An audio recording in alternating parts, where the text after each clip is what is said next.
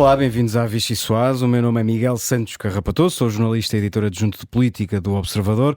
Tenho ao meu lado o homem que se movimenta nos corredores do Parlamento como se estivesse em casa, Miguel Viterbo Dias, e as igualmente brilhantes Inês André Figueiredo e Mariana Lima Cunha. É este trio de verdadeiros notáveis que me vai ajudar a explicar uma semana que fica invariavelmente marcada pela moção de censura ao Governo apresentada pelo Chega.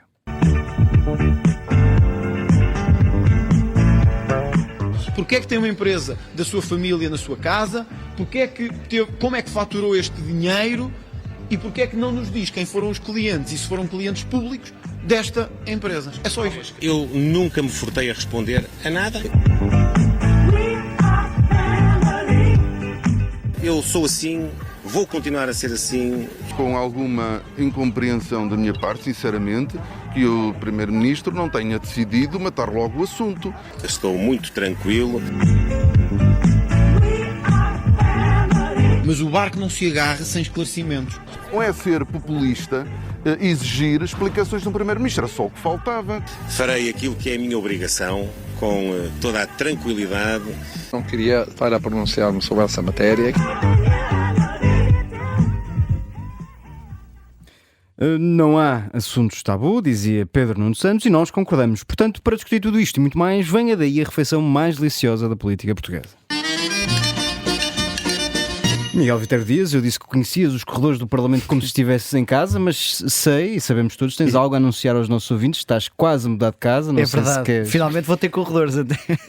Muito, é um momento feliz na tua Agora vida. vou ficar mais ambientado ao Palácio de São Bento. Sim. Já podes dizer ouvido nos corredores. Miguel, se quiseres divulgar também a morada e o andar, não... Gosto sempre deste boletim que nós temos da vida pessoal do Miguel Dias. Eu sou como o Primeiro-Ministro, a minha vida mas no teu caso é à força. Acho que por uma questão de transparência devias, mas enfim, vamos avançar.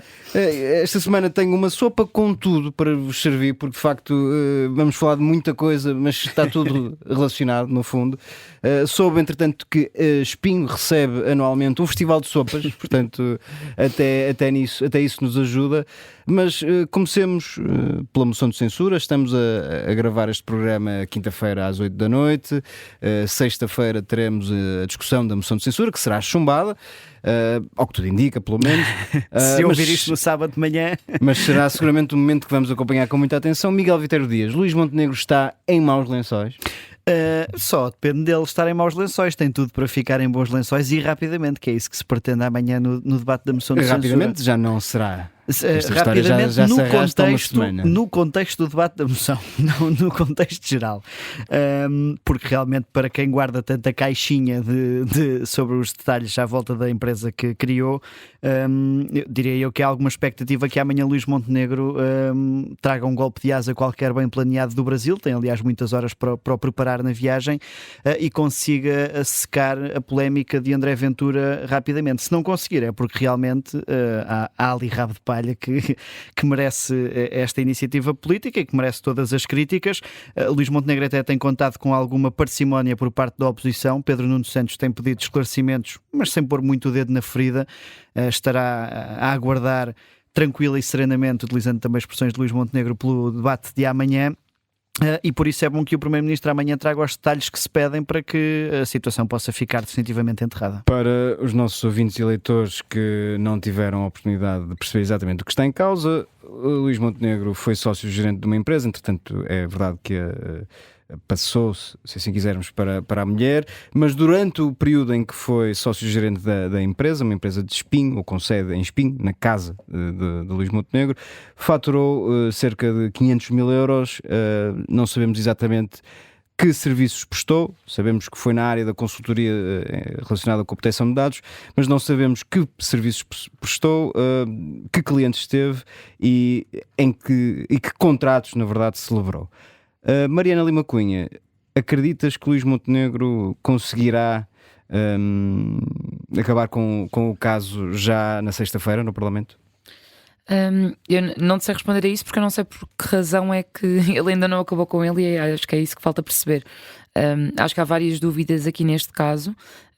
É certo que não é justa a comparação que foi feita logo de início, ou seja, num paralelismo completo com o caso de Hernani Dias, por exemplo, que, enfim, criou empresas quando já era governante e era ele próprio sócio dessas empresas. E criou de facto uma imobiliária, coisa que esta empresa, exatamente, pelo menos até ver, não é. Sim, tenho outras dúvidas sobre este caso. Tenho uma dúvida que é, pronto, alguém que me ajude, porque eu não sou jurista, como se costuma dizer, e portanto eu ando entre as várias opiniões sobre a questão da comunhão de adquiridos, do facto de Luís Montenegro ser casado em comunhão de adquiridos e que, portanto, pode não ter valor ter passado a sua participação na empresa à mulher. Eu não sei avaliar mesmo isso. Que fosse jurista, também seguramente não concordaria com outros juristas. Não te entenderias com outros juristas. Pelo menos com o jurista Luís Montenegro, que também tem formação de direito. Verdade, também é jurista. Pelos vistos entendeu o que é que ele estava a resolver. Tivemos António Lobo Xavier, que é jurista, a defender uma coisa, e tivemos Magalhães e Silva, que é advogado, jurista, até de outra família política que não a de Luís Montenegro, a defender o Primeiro-Ministro. Portanto, É verdade. os juristas não se entendem, não vamos perder muito Já tempo. dizia com Rui Rio também, não é? Sim, não vou sentir então que é uma fraqueza minha.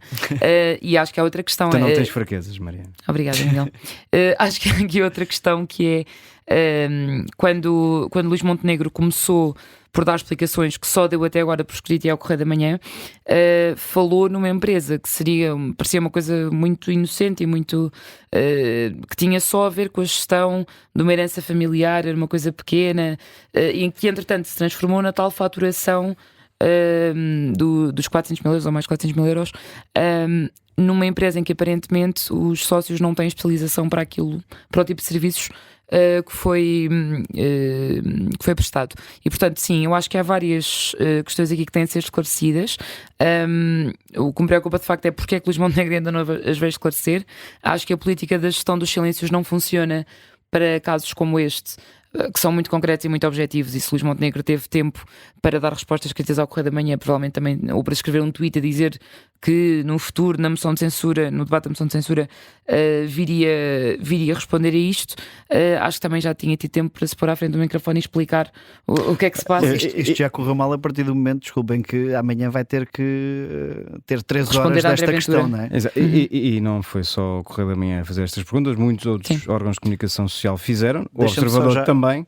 Sobretudo na questão dos clientes, que clientes eram estes, que contratos foram celebrados, que quantias é que estão envolvidas em cada contrato, naturalmente, e não tivemos resposta do Gabinete do Primeiro-Ministro. Eu ia só dizer, não ia acrescentar, porque isto não acrescenta muito, mas é que realmente as respostas devem ter sido enviadas por telegrama, porque ele foi mesmo muito telegráfico, ele era uma frasezinha por cada pergunta complexa do Correio da Manhã. Não foi suficiente. Inês André Figueiredo, no meio disto tudo temos uma personagem chamada André Ventura, que começou a semana em grandes dificuldades, o Chega de repente foi assolado por uma série de casos, uns com maior e menor gravidade, outros mais e menos bizarros, e de repente André Ventura encontrou esta forma de tentar virar o jogo a seu favor. A moção de censura apresentada pelo Chega não vai ser aprovada, mas é uma forma, consideras que foi uma forma que o partido encontrou para desviar as atenções num momento particularmente sensível? André Ventura tem um objetivo quase diário há muitos anos, que o Chega consiga marcar a agenda mediática, seja por que motivo for.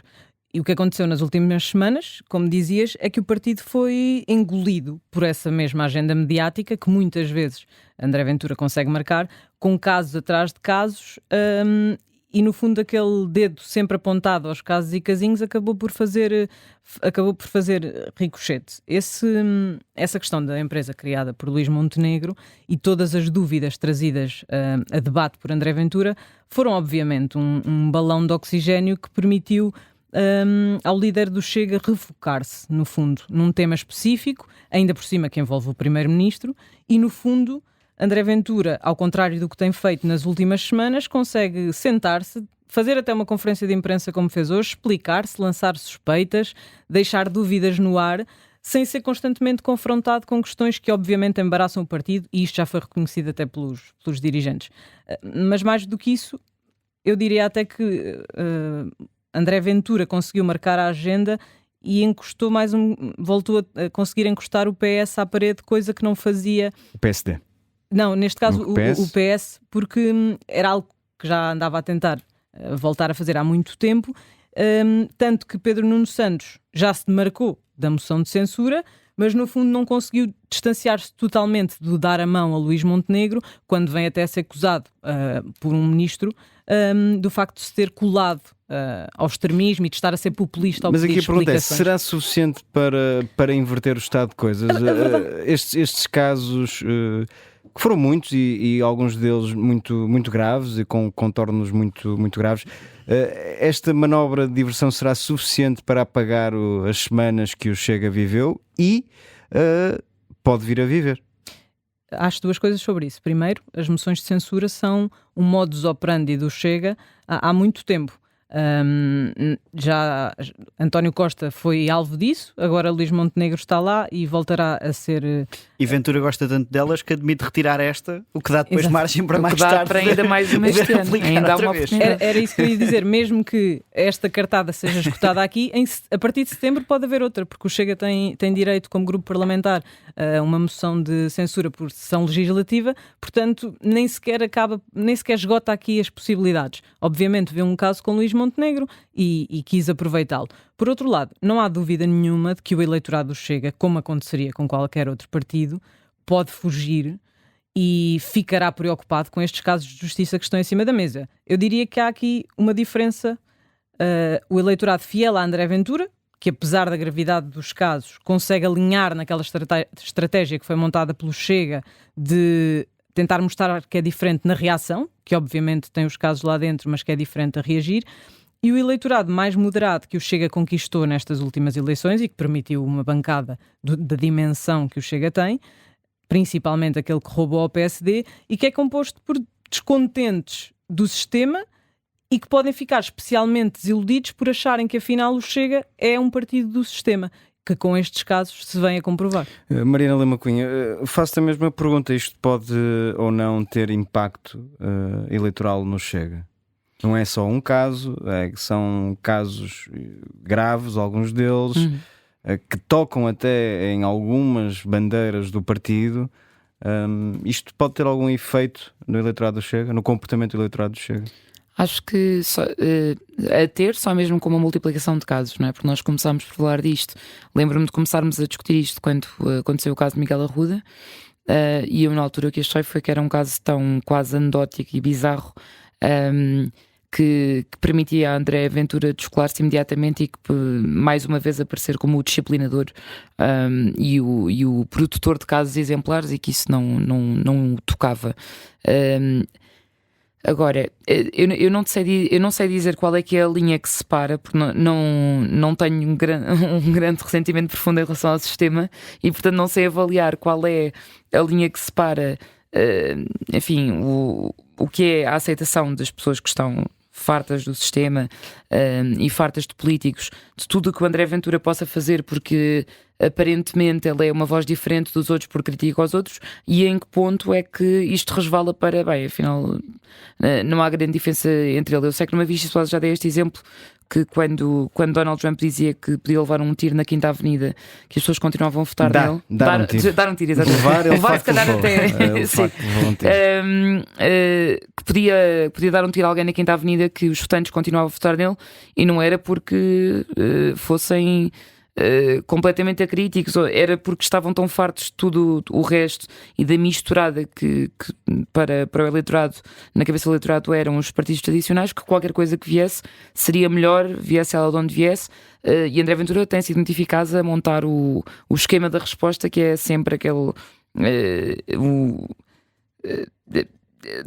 tornar sempre quem lhe faz a acusação e os meios de comunicação social o inimigo, dizer que está a ser esmagado pelo sistema, dizer que não é tão que é muito mais escrutinado do que os outros e seguir em frente. Enfim, só ele é que pode ser culpado por escolher as pessoas que escolhe. E tivemos, aliás, Rui Paulo Sousa aqui numa entrevista ao Observador, conduzida magistralmente por Miguel Viterbo Dias, em que Rui Paulo Sousa, que é também secretário-geral do Chega, já assumia como hipótese criar mecanismos internos para avaliar futuros candidatos, sobretudo nas eleições autárquicas. Sim, Miguel, se perder metade dos vereadores, entretanto, pelo caminho. Sim. E já foi das últimas autárquicas. Miguel, não te faria a desfeita não te permitir falar sobre a vida parlamentar. Foi uma semana agitada. O Parlamento é algo que tu com aprecias. grande interesse. e vives também de forma muito intensa. Houve a discussão sobre eventuais sanções aos deputados que se comportam mal. Acabou por surgir. Criou-se um grupo de trabalho, que é sempre uma excelente maneira de manter as coisas em banho-maria. E como, aliás, o Parlamento é pródigo em criar grupos de trabalho. Não só o Parlamento, também o país. Eu sinto também que É tem que combater esse seu nos... antiparlamentarismo neste fórum e noutros. Sim, há um grande debate, vai haver novamente um grande debate sobre sanções. Isto existe desde os tempos de Augusto Santos Silva, longínquos tempos de Augusto Santos Silva, ficou sempre em banho-maria. Há aqui uma tendência que é a de Aguiar Branco, o Presidente do Parlamento, que é desresponsabilizar-se totalmente de tudo o que venha a ter que fazer. Ou seja, ele não quer mais ferramentas, que é para não ter que tomar mais decisões e não poder ser mais criticado. E, portanto, é o primeiro a olhar com maus olhos para a aplicação de um regime de sanções, que não existe atualmente, ou seja, existe de forma muito macro. Ainda lançou uma teoria muito genérica de gravar e filmar todos os à parte, uma espécie de Big Brother parlamentar.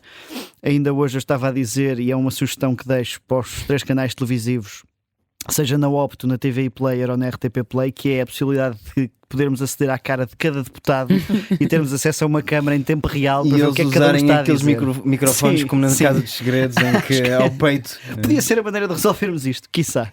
Mas de forma um bocadinho mais séria, que eu sei que tu de facto tens pensado muito e refletido muito sobre este tema. Se faz sentido haver sanções. Se faz sentido haver sanções, e já agora uma frase e uma pergunta que nos tem acompanhado ao longo da história da civilização: quem guarda os guardas? Quem define o que é injúria ou o que não é injúria? Quem guarda os guardas, neste caso, é o Presidente da Assembleia da República, certo. Por algum motivo é que é Presidente. E se durante 48 anos de democracia se falava do Presidente da Assembleia da República ser uma espécie de rainha de Inglaterra que não tinha nenhum poder, agora ganha aqui uma centralidade diferente, porque muita da democracia faz-se ali. O Parlamento ganha uma nova centralidade, Miguel, lamento, mas foi mesmo, porque o país está mais dividido, e por isso o Presidente da Assembleia acaba por ser um pivô mais relevante na forma como a democracia se vai construindo dia a dia. Por isso, se faz sentido de sanções, também não sei, mas que o Presidente do Parlamento terá que assumir mais responsabilidades do que aquelas que está a assumir agora, e isso parece evidente. Muito bem, terminamos esta primeira parte da Vichy Soase com uma nota para reflexão futura. Voltamos dentro de momentos com a entrevista a Alexandre Poço, deputado do PSD, mas também vice-presidente do partido. Até já.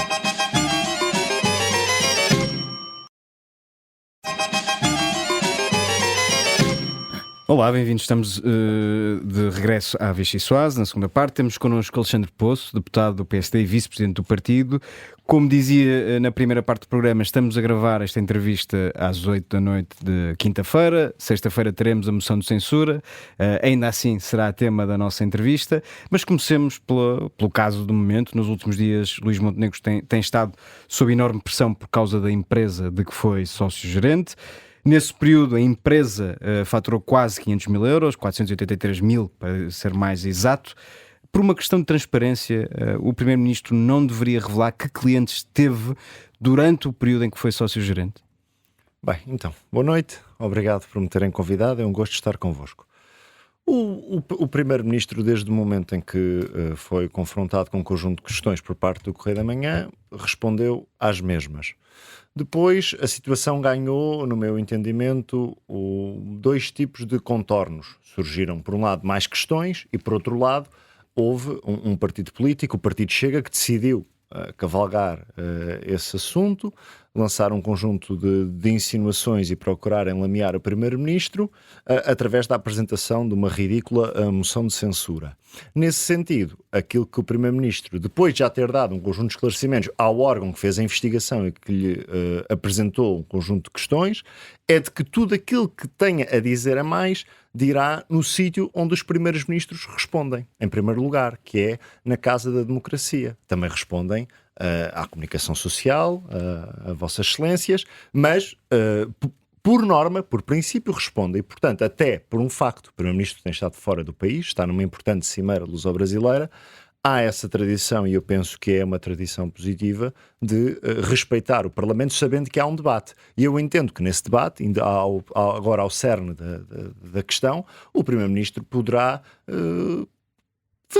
dar todos os esclarecimentos que tenham a ver com este assunto, para que este assunto não continue na bolha mediática a ter tanto destaque, até porque acredito que os portugueses no geral, como são um povo que sabe muito bem distinguir o trigo do joio, têm a capacidade de perceber que o Primeiro-Ministro é uma pessoa com um comportamento ético e com um histórico profissional e político bastante escrutinado. Portanto, nesse é sentido, de esperar que Luís Montenegro no Parlamento diga quem foram os seus clientes.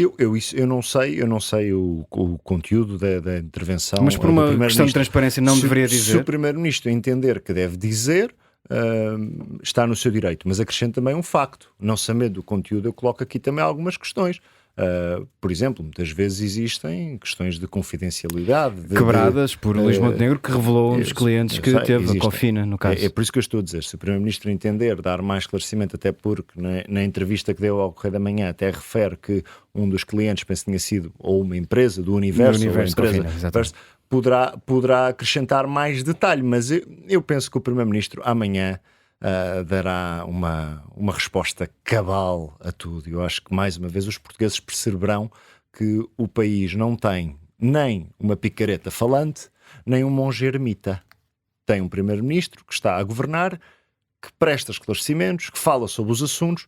Agora, os meus amigos e minhas amigas irão compreender o seguinte, que é um Primeiro-Ministro não pode estar sempre a falar a todo momento. O Primeiro-Ministro tem de estar a governar a todo momento. E depois tem de, em cada tema que surge, assunto que surge, ir dando esclarecimentos. Não se pode dizer que ele ainda não tenha dado nada. Ele deu uns primeiros, já disse onde é que ia dar mais esclarecimentos sobre o assunto, e eu estou muito confiante, não conhecendo o que é que irá dizer, que irá fazer um cabal, uma resposta cabal a todo o tipo de insinuações, enfim, muito tristes que têm vindo a ser feitas nos últimos dias na bolha mediática. Eu refiro isso, na bolha mediática, não no país real.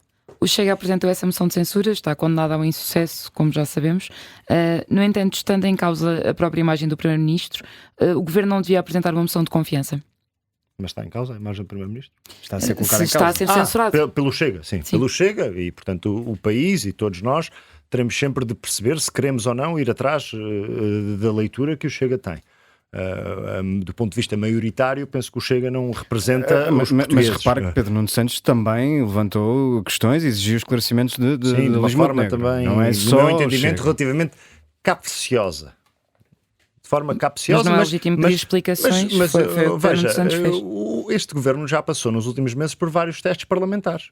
Era um governo que até se chegou a referir em tempos como hipótese que nem sequer o programa de governo ia conseguir aprovar. Já aprovou o programa de governo, conseguiu passar o Orçamento de Estado, também muitas pessoas vaticinavam que não passava. Mas achas que uma moção de confiança dificilmente passaria? Eu penso que não se justifica uma moção de confiança neste momento, até porque o Parlamento vai discutir uma moção de censura. No meu entendimento, acabará mais uma vez reforçar aquela que é a confiança que o Parlamento tem demonstrado, apesar de termos uma maioria relativa e portanto não temos maioria absoluta.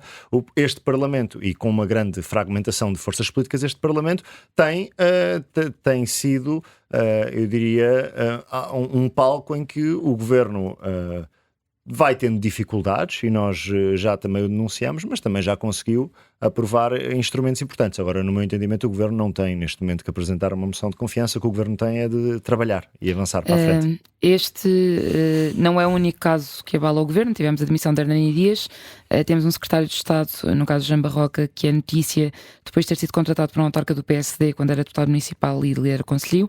Antes disso tínhamos tido Gandra de Almeida, agora é ex-diretor executivo do SNS. Não são já demasiados casos e casinhos?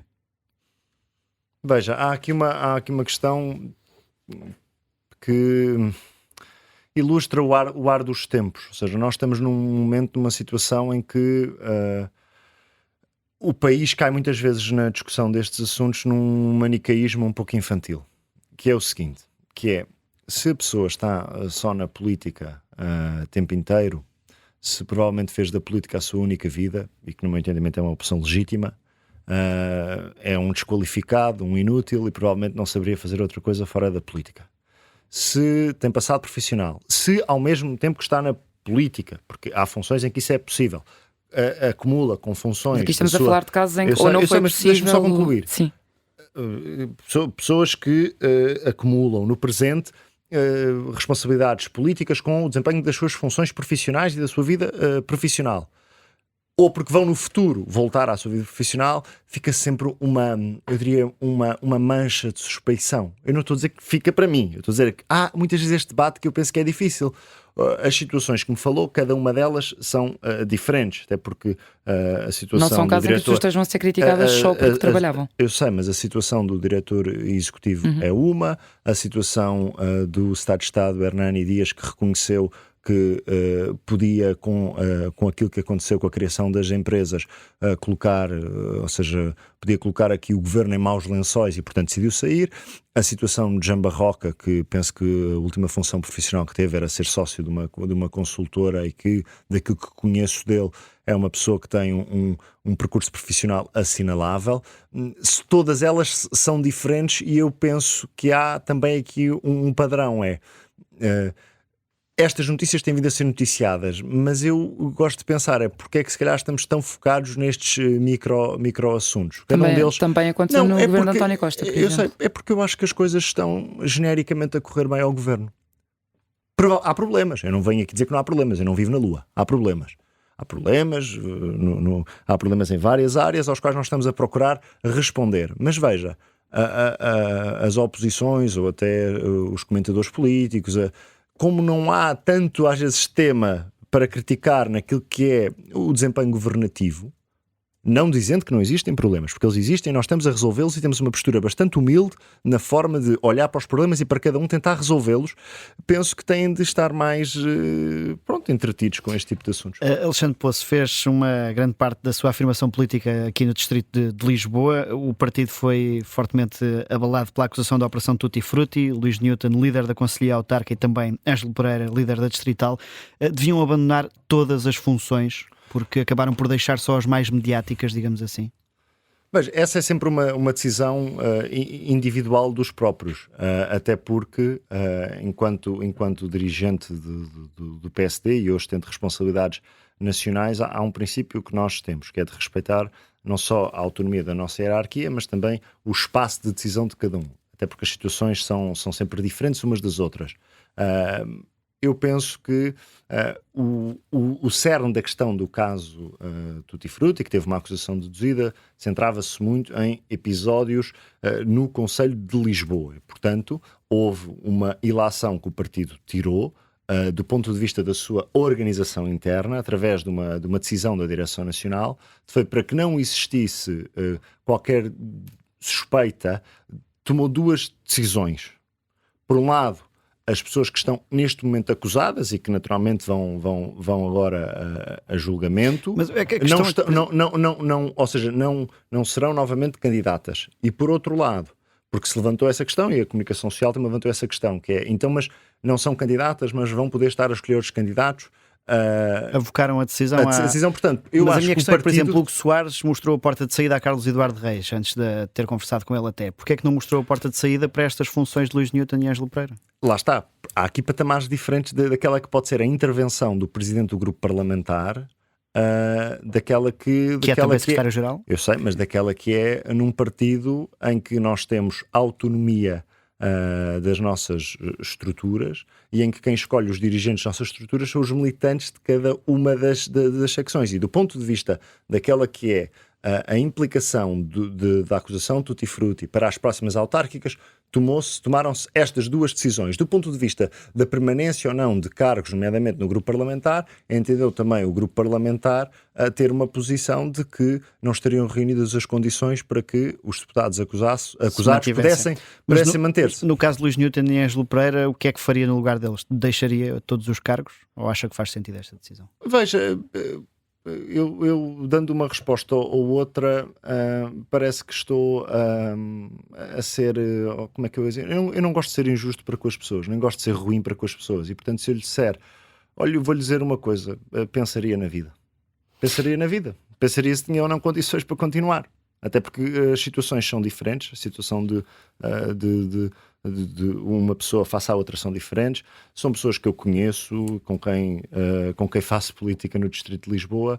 eu não gosto de ser ruim, nem gosto de ser demasiado injusto para com os outros. Estas pessoas foram agora alvo de uma acusação, vão passar um período agora em que têm de se defender, já estão a ter naturalmente um julgamento mediático e portanto há uma mancha que fica independentemente de qual é que seja o desfecho deste caso, até porque depois muitas vezes, mesmo que depois no fim acabem a ser absolvidos ou que o Ministério Público que está depois, para trás já não se, depois já não se apaga. E sabemos, Carlos Moedas não pode ser prejudicado com este caso eu penso que na recandidatura à Câmara de Lisboa.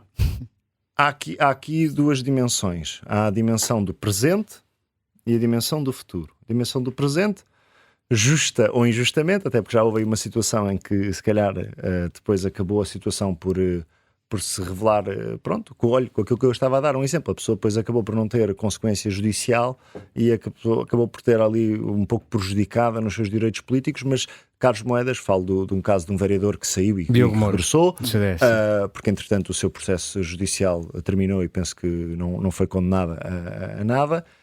E Carlos Moedas tem tido uma bitola, que é quando existem problemas, porque nas organizações às vezes estes problemas acontecem, entende que vereadores acusados não continuam. É um princípio, estabeleceu a bitola aí. E depois também já há uma decisão que é pública por parte do PSD, que é estas pessoas que estão acusadas não irão ser neste momento candidatos ao ato eleitoral. Eu acho que, sinceramente, com esta postura, Carlos Moedas fará uma campanha eleitoral em que este tema não será provavelmente aquele que tem a maior dimensão, mas sim o estado da cidade, o que é que pensa para o futuro, o que é que correu bem, o que é que pode melhorar, etc. Portanto, se não tivéssemos feito nada, se tivéssemos literalmente passado ao lado e dizer que isto continua tudo como de antes, poderia haver. Agora, houve consequências. O caso está a ter consequências naquela que é o comportamento e a ação futura, o comportamento presente e a ação futura do PSD. Continuando a olhar aqui para as autárquicas, em 2021 o PSD hesitou muito em apoiar ou não Isaltino Moraes, recuou e o Alexandre Poço acabou por ser o candidato. A dúvida coloca-se agora novamente: o PSD deve ou não apoiar Isaltino Moraes? Bem, 3 questões sobre esse assunto. 3 questões que tenho que saber esse assunto. Em primeiro lugar, tenho o meu pensamento sobre a questão. Não vou dizer que não tenho. Tenho o meu pensamento sobre a questão. E naturalmente é esse que queremos conhecer. Tenho, mas o meu pensamento sobre a questão... connosco e com os nossos ouvintes.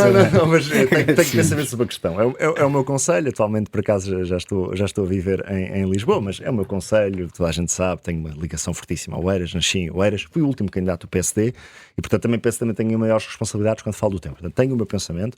Não me levarão a mal pela segunda coisa que eu vou dizer, que não partilho o meu pensamento por um motivo. É porque, até porque aquilo que disse, há 4 anos o processo ou a escolha parecia indicar que ia num caminho e depois acabou por não ir. O que é que isto hoje me faz a mim pensar, de quem já viveu, as autárquicas 21 como candidato à Câmara de Oeiras, as autárquicas 17 como candidato a uma junta de freguesia, neste caso também no Conselho de Oeiras, faz-me destacar aqui uma segunda coisa, que é um processo que está a ser alvo de discussão interna, na direção nacional, na direção local, e portanto eu penso que nós neste momento devemos ter muita prudência, muita cautela para que não tenhamos uma situação em que parece que estamos a ir num caminho e depois esse caminho, tal como na altura, penso que foi depois já em maio que eu fui desafiado pelo então Presidente do PSD, Rui Rio, a ser candidato à Câmara Municipal. E é por causa disso que eu entendo que enquanto Vice-Presidente do PSD e como antigo candidato à Câmara de Oeiras, devo ter um recato. Mas há uma terceira questão que eu lhe posso também adiantar ao propósito de Oeiras. E essa pode ficar aqui. Eu não serei candidato a Presidente da Câmara Municipal de Oeiras. Em 2005, o então líder do PSD, Luís Marcos Mendes, retirou o apoio a Isaltino Moraes, que depois veio a ser condenado e preso. 20 anos depois, o PSD apoia Luís Marcos Mendes, que faz gala de ter afastado este e outros autarcas, mas pondera este apoio a Isaltino Moraes, como acabou de confirmar, que é um tema falado até pela direção nacional. Eu não disse que estávamos a ponderar, é um tema falado, porque claro, até que é um município importante do país, temos de fazer uma ponderação sobre o que fazemos na vida, neste caso no Conselho de Oeiras. Mas não há aqui uma incoerência? A Inês é uma jornalista experiente e, portanto, tentou de outra forma, mas eu já lá vou, tentou de outra forma a apresentar a mesma questão. Olha, a vida dá muita volta. A vida dá muita volta. Faz este ano 20 anos que houve essa cisão, essa saída de Isaltino Moraes por uma decisão então da Direção Nacional do Partido liderada por Marcos Mendes. Portanto, a vida dá muitas voltas, mas eu penso que uma situação não está relacionada com, ou seja, o PSD neste momento ter um militante, antigo militante, mas uma pessoa próxima, obviamente foi presidente do PSD, Luís Marcos Mendes como candidato, não tem relação nenhuma com aquilo que o PSD fará nas autárquicas. Como sabemos, foi um fator que pesou na decisão de 2021. Havia gente na direção do Rui Rio que entendia que apoiar alguém que cumpriu a sua pena. Eu estava lá, conheço bem. Não era um bom sinal e, portanto, daí a nossa pergunta. Mas, enfim, estamos a ficar com pouco tempo. Acho que dentro de algum tempo saberemos aquilo que o PSD fará em Oeiras, e eu hoje não vos posso dar a minha opinião por lealdade, respeito, consideração às pessoas que estão envolvidas nas decisões, pelas responsabilidades que tenho no partido, pelas responsabilidades passadas que tive em Oeiras, mas depois darei a minha opinião. Não se preocupe. Vamos só falar das eleições presidenciais. Pedia-lhe o poder de síntese. Luís Marcos Mendes parte manifestamente atrás de Henrique Gouveia Melo, atendendo a todas as sondagens que foram realizadas até aqui. Pedro Passos Coelho teria sido um melhor candidato do que Luís Marcos Mendes? Veja, as eleições presidenciais são um espaço de apresentação individual de personalidades e de figuras que querem e que estão disponíveis a servir o mais alto cargo da nação. Eu tenho um grande apreço por ambos, tenho um grande apreço, e nunca o escondi, por Pedro Passos Coelho, e também tenho um grande apreço por Luís Marcos Mendes, que saúdo o gesto. Ora, Pedro Passos Coelho, ao que tudo indica, e penso que já é público, não demonstrou essa intenção, e portanto Luís Marcos Mendes demonstrou. Eu, da minha opinião, o que eu lhe posso dizer é estou muito confortável com o apoio a Luís Marcos Mendes. Confortável, mas não entusiasmado. Juntando o seu silêncio à forma como construiu a resposta, preferi claramente não apenas Pedro só, Passos porque Coelho. veja, faz-me uma questão em que é como eu perguntar ao Miguel duas coisas que o Miguel admira, aqui não é coisas, é pessoas, duas pessoas ou duas realidades que o Miguel admira, e diga agora de forma adversativa, coloque lá um contra o outro. Ora, eu não faço isso às pessoas. São pessoas que eu estimo, que eu admiro, são pessoas que eu reconheço para passado político, admiro Pedro Passos Coelho por umas qualidades, admiro Luís Marcos Mendes por outras tantas qualidades. Portanto, eu não os coloco, são meus companheiros de partido, portanto, eu não os coloco nessa dimensão. Aliás, posso dizer que já questionou o meu entusiasmo. Olha, faço parte da direção de campanha de Luís Marcos Mendes, portanto, acho que não daria para fazer parte dessa direção se não tivesse entusiasmado. E uma notícia quase a terminar esta nossa entrevista. Uma última pergunta muito rapidamente, antes de avançarmos para o segundo bloco deste programa. Numa eventual segunda volta, admite algum cenário em que o PSD possa vir a apoiar Henrique Gouveia Melo se do outro lado estiver o candidato do PS? Numa segunda volta, se existir segunda volta, acredito que estará Luís Marcos Mendes. Muito bem. Já foi uma resposta como membro da direção de campanha. Sim, agora já foi como membro da direção da campanha Luís Marcos Mendes. Vamos então entrar no bloco Carne ou Peixe, onde só pode escolher uma de duas opções. Venha daí a trilha. Imagino que estava a andar de caiaque e a determinado momento via Rui Rio e André Ventura em francas dificuldades. Só podia ajudar um. Quem seria? Rui Rio.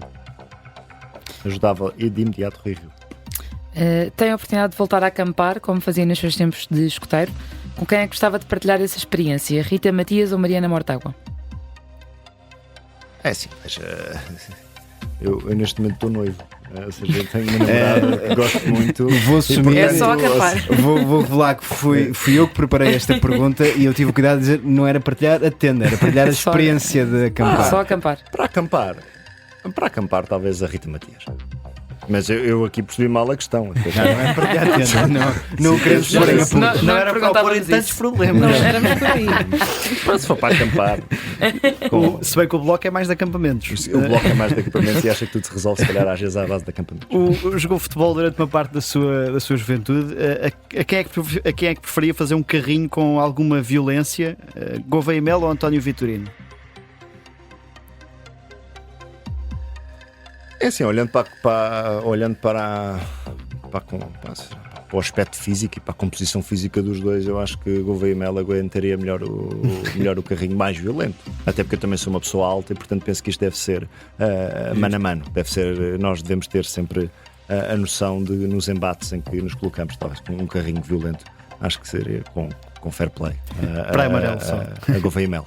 E a quem gostaria de oferecer uma Coca-Cola ao futuro Primeiro-Ministro no pós-Montenegro? Carlos Moedas ou António Leitão Amaro? Olha, é uma boa questão.